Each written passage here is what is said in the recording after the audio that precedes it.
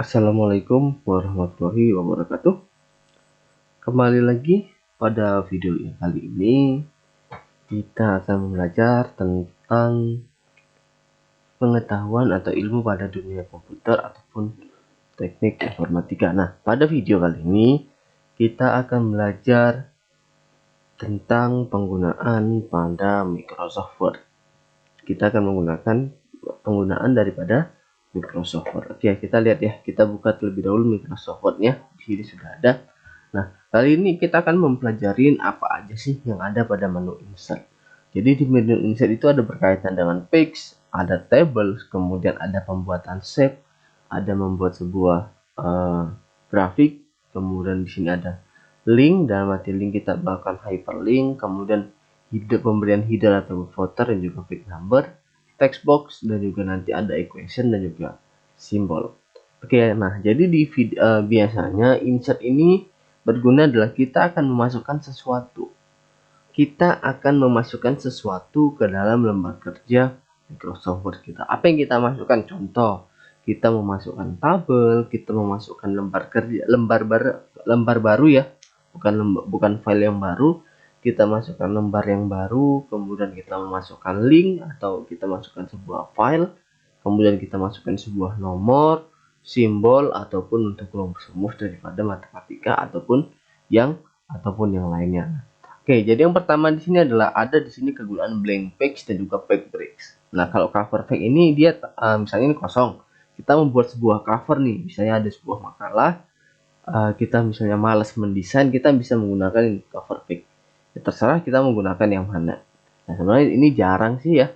Sebenarnya ini jarang digunakan untuk cover page. Biasanya kita menggunakan desain sendiri untuk daripada sih ininya untuk covernya. Nah, blank page. Nah, kita lihat di sini dia ada satu halaman.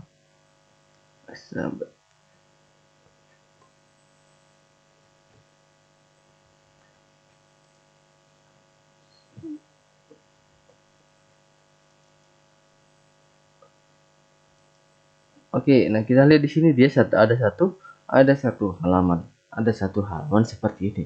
Nah, kalau kita gunakan blank page, kita tambahkanlah dia blank page di sini. Nanti otomatis halamannya bertambah. Jadi dua. Nah, kegunaan blank page di sini, di sini adalah kita akan menambahkan sebuah lembar kerja yang baru. Kita akan menambahkan lembar kerja yang baru. Nah, itu kegunaan daripada si blank page. Nah, jadi kalau kita mau misalnya kita mau menambahkan lembar kerja yang baru, ya nggak usah kita capek-capek enter seperti ini gitu, nggak usah seperti itu. Jadi ya pada umumnya seperti itu ya. Jadi kita cukup menggunakan si blank page itu kalau misalnya lembar kerjanya masih kosong. Nah, page breaks di sini berarti kita akan memisahkan daripada si halamannya. Kita akan memisahkan daripada si halamannya. Maksudnya halaman seperti apa? Seperti ini. Saya beri contoh seperti ini. Misalnya ini ada sebuah file ya, sudah ada isinya. Nah, kita ingin memisahkan antara yang ini dengan yang ini. Yang mulai dari sini ke bawah itu berada pada halaman yang baru. Mulai dari ini ke bawah itu berada pada halaman yang baru. Oke, caranya gimana? Cara memisahkannya adalah kita menggunakan page break. Oke, cara memisahkannya adalah kita menggunakan si page break ini. Page break ini yang kita gunakan. Oke, misalnya ini kita pisahkan dan kita gunakan si page break, atau kita juga bisa menggunakan Ctrl Enter. Kita juga bisa menggunakan di sini namanya untuk melakukan si page break ini. Untuk melakukan page break tersebut kita bisa menggunakan Ctrl Enter. Nah, ini juga suatu kebiasaan ya. Terkadang kita untuk memisahkannya ini kita enter seperti ini. Nah, itu sebenarnya jelek sih. Sebenarnya ya kalau dibilang itu tidak ketahuan. Tapi masalahnya ya pasti menambahkan waktu juga menambahkan juga kerja kita. Jadi untuk cara mudahnya seperti ini, kita menggunakan page break seperti ini. Ctrl Enter atau kita bisa klik di sini. Itu guna daripada page break, memisahkan daripada halaman yang sudah ada. Oke, kemudian selanjutnya adalah kita membuat table. Oke ya, jadi kita masukkan sebuah tabel, kita bisa masukkan seperti ini. Oke, kita bisa masukkan seperti ini. Mau berapa? Misalnya berarti kita kalau draw berarti kita gambar sendiri tabelnya. Itu kalau dia draw seperti ini. kita draw dia seperti ini. Itu kalau dia adalah draw. Kemudian kalau dia nanti adalah insert, berarti insert table, berarti kita pilih kolomnya ada berapa. Misalnya kolom tuh yang ke bawah ya. Kolom itu yang ke bawah berarti dia misalnya 5, baris itu yang ke samping gini misalnya dia 4, baru kita okekan saja. Lalu dia bentuknya seperti ini. Nah, tapi kalau saya, cara mudahnya, saya di sini akan mengajari sebuah cara mudahnya. Cara mudahnya kalau saya biasanya untuk membuat tabel seperti ini, saya bukakan dulu dia di Excel ya. Oke, saya bukakan dari Microsoft Excel-nya, misalnya nomor, nama, kelas ya. 1, 2, 3, 4, 5 misalnya namanya Dito, Dimas, Dina, Dian, Dani. Oke, misalnya kelasnya kelas 4, 4, 5, 6, 4. Nah, oke, kalau udah seperti ini, sudah saya blok. Kemudian di sini saya kopikan Ctrl plus C. Sudah. Saya buat Ctrl C, dia akan aktif seperti ini. Dia akan aktif seperti ini, baru kita masuk lagi ke dokumennya. Baru di sini kita buat adalah Ctrl plus V, kita pastekan. Nah, sudah ya terbentuk seperti ini. Nah, tugas kita setelah ini barulah kita atur dia. Cara ngaturnya gimana? Oke, cara ngaturnya adalah pertama, layoutnya ini tingginya ini kan masih auto ya. Biasanya kalau dia tabel itu sesuai dengan jumlah atau sesuai dengan daripada ukuran yang isi di dalamnya. Caranya adalah kita buatkan fixnya. Kita ini kecilkan. Hacknya kita kecilkan. Baru di sini kita buat misalnya tulisannya adalah Times Roman kemudian 12. Oke, itu yang pertama. Kedua di sini adalah kita bisa mengatur tata letaknya. Tata letaknya kita atur di sini. Dia posisi di mana? Di tengah, di tengah atas, tengah bawah, tengah posisi di tengah, di kiri, di kanan, dan segala macamnya. Oke, kemudian di sini ini kenapa tidak ada garis-garisnya? Garis-garisnya itu nggak usah pusing. Cara membuat garis-garisnya adalah kita bisa menggunakan di sini border ini. Sudah, kita bisa menggunakan border, apakah all border atau dia hanya menggunakan misalnya hanya yang atas sama bawah, baru dia seperti ini. Itu tergantung dengan kita kegunaan tabelnya seperti apa. Nah, itu kalau saya pribadi ya, kalau saya untuk proses pembuatan tabel itu lebih sering menggunakan cara seperti itu. Jadi saya buat dulu di Excel-nya. Setelah saya buat di Excel-nya, barulah saya buatkan di sini. Nah, pertanyaannya kenapa seperti itu? Kenapa dibuat seperti itu? Alasannya seperti ini. Bisa saja mungkin tabel yang kita buat itu ukurannya nggak sesuai. Misalnya dia kurang barisnya, kurang kolomnya. Nah, jadi kalau saya mensiasatinya adalah kita buat terlebih dahulu di Microsoft Excel. Nah, baru setelah kita buat di Microsoft Excel, baru kita kopikan, kita pastekan, kita pindahkan dalam Microsoft ke dalam Microsoft Word-nya. Oke, itu caranya. Kemudian yang kedua selanjutnya adalah kita bisa masukkan namanya gambar. Shape ini bentuk ya. Kita mau bentuk apa? Bentuk kotak. Kemudian kita mau masukkan dia misalnya oval seperti ini. Kemudian kita masukkan lagi misalnya dia arah-arah panah seperti ini gitu. Itu juga bisa semua. Nah, biasanya kalau kita belajar biasanya itu disuruh ya, pasti kalau berkaitan dengan flowchart. Pasti ada namanya berkaitan dengan flowchart. Nah, flowchart ini juga bisa tanpa kita menggunakan sebuah tools bantu, banyak tools lainnya ya. Tools lainnya yang bisa digunakan untuk menggunakan contoh Microsoft Visio dan segala macam. Itu bisa kita gunakan untuk membuat sebuah flowchart. Nah, flowchart itu bisa kita buat juga seperti di sini. Caranya adalah kita masuk ke dalam insertnya yang tadi, kita masukkan ke dalam shape. Nah, kemudian di sini ada namanya flowchart. Ini yang dikatakan sebagai flowchart. Ini yang dikatakan sebagai flowchart. Ya udah kita masukkan misalnya flowchart. Berarti dia dimulai dari start ya. Start. Kemudian misalnya proses. Kemudian kita masukkan dia proses. Kita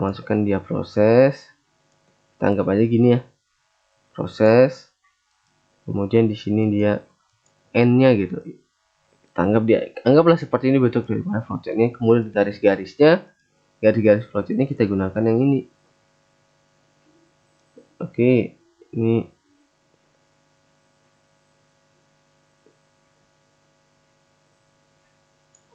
ini kan merah nih, cara ngaturnya seperti ini. Oke, dia harus 0 kalau dia posisinya adalah merah. Tarik di bawah. Nah, cara menginputkan teksnya gimana? Cara menginputkan teksnya dari kita klik di sininya. Nah, baru di sini kita jangan langsung masuk ke sini. Ini kan untuk mengatur daripada ini. Caranya adalah kita klik kanan, kemudian kita pilih add text. Oke, sekali lagi untuk menginputkan teks daripada pada shape-nya ini, kita klik kanan, kemudian kita pilih add text. Kita misalnya start. Kemudian di sini kita juga pilih dia misalnya misalnya end. Oke, nah di sini ini tugas yang pada menu save format ini, tugas kita adalah mengatur daripada bentuknya. Mau tulisannya gimana, mau untuk warnanya seperti apa, mau dia pinggirannya seperti apa, warnanya bagaimana, apakah warnanya merah dan segala macam. Nah, shape format inilah yang tugas kita untuk mengaturnya. Nah, kalau ini tulisan ini mengaturnya di menu home. Tambah misalnya Times New Roman 12. Kalau yang ini shape mengatur daripada shape-nya itu posisinya di sini. Nah, biasanya setelah kita buat setelah kita buat bentuk seperti ini, kita harus melakukan grouping. Sudah? Kita harus melakukan grouping. Tujuan grouping untuk apa? Tujuan grouping adalah ketika ini dipindahkan, ini sudah jadi kesatuan. Contoh misalnya, saya memindahkan ini ke samping. Nah, kan yang tergeser tuh hanya satu. Nggak perlu kita harus mengklik ini, mengklik ini, mengklik ini, baru digeser. Tidak usah seperti itu. Jadi caranya adalah kita harus grouping ini terlebih dahulu menjadi sebuah grup, baru kita bisa pindahkan bersama-sama. Caranya gimana? Oke, cara pertama adalah kita klik dulu mana yang mau kita grup, mana kita gabungkan. Berarti semua ya. Berarti semua ini kita klik, ini kita klik, ini kita klik, ini kita klik, kemudian ini kita klik. Kalau sudah, kita klik kanan. Sudah. Kemudian kita pilih grup. Kemudian di sini kita klik yang grupnya. Nah, ini akan jadi satu kesatuan. Jadi kalau kita geser nanti itu sudah, kalau kita geser itu nanti sudah jadi satu kesatuan gitu. Kalau ini kita geser dia sudah jadi satu kesatuan. Oke, sebentar. Ya, insert dokumen. Oke, kalau ini kita geser ini sudah jadi satu kesatuan. Error sepertinya untuk oke. Nih, jadi ketika dia ini geser kita jadi satu kesatuan seperti ini. Nah, ini juga kita bisa atur daripada si bentuknya. Kita klik kanan, posisinya ini apa? Biasanya itu seperti ini. Untuk memudahkan kita mengatur ini, pastikan posisinya itu berada di jangan inline text ya. Biasakan dia di behind the text atau in front of text. Oke. Jadi biar gampang kita mengaturnya, menggeser-geser seperti ini, dia buat posisinya kalau dia tidak behind text, oke, buat dia nanti posisinya itu adalah di in front text. Kalau dia nanti posisi di sini, itu tidak akan bisa kita geser-geser. Kenapa? Karena dia sebagai teks. Jadi dia tidak akan bisa digeser-geser. Oke, itu untuk penggunaan daripada shape. Kemudian grafik. Nah, itu penggunaan grafik. Penggunaan grafik ini seperti ini. Ini penggunaan grafik dia tidak bisa berdiri sendiri ya. Grafik ini tidak bisa berdiri sendiri. Grafik ini bisa berdiri ketika kita menggabungkan dia dengan Excel. Maksudnya gimana? Oke, seperti ini. Walaupun kita klik di sini, misalnya kita buat kolom yang ini ya. Oke. Nanti otomatis dia juga akan membuka daripada si Microsoft Excel-nya gitu. Kita akan membuat daripada si Microsoft Excel. Nah, jadi caranya adalah cara mudahnya itu adalah sama seperti tadi, misalnya di sini tahun ya. Misalnya di sini ya tahun, anggaplah tahun 2020, 2021, 2022 persennya. Misalnya di sini 90, 80, 60. Oke, baru ini kita blok. Anggaplah ini kita blok, baru kita klik insertnya di sini, baru chartnya. Kita pilih chartnya yang mana. Baru kita bentuk chartnya seperti ini. Nah, ini kan posisinya salah nih. Satu ada yang posisi seperti ini, satu posisi seperti ini ya kan. Posisinya salah seperti ini. Jadi ya tinggal kita atur aja gitu. Kita buat, yang penting cara membuatnya seperti saya katakan, seperti dikatakan tadi, bahwasanya kalau kita masukkan menu insert di sini, ini juga berkaitannya dengan seperti itu, berkaitannya dengan Microsoft Excel. Jadi misalnya gini, kalian mau tentukan nih kategorinya, yang misalnya kalian gunakan yang ini, baru klik OK. Nah, kalian juga bisa menggunakan yang seperti ini. Misalnya di sini kalian atur di sini misalnya tahun 2020, 2021, 2022 gitu. Kemudian di sini misalnya buku, kemudian pulpen, kemudian penggaris, kemudian sini roll. Nah, di sini otomatis juga sudah berubah gitu ya. Terserah dengan kita menggunakan yang mana. Kita bisa menggunakan dari Microsoft Excel-nya, kita bisa menggunakan daripada langsung pada insert.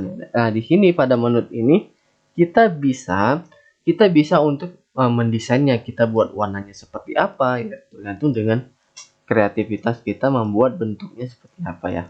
Change colornya juga bisa kita rubah nih.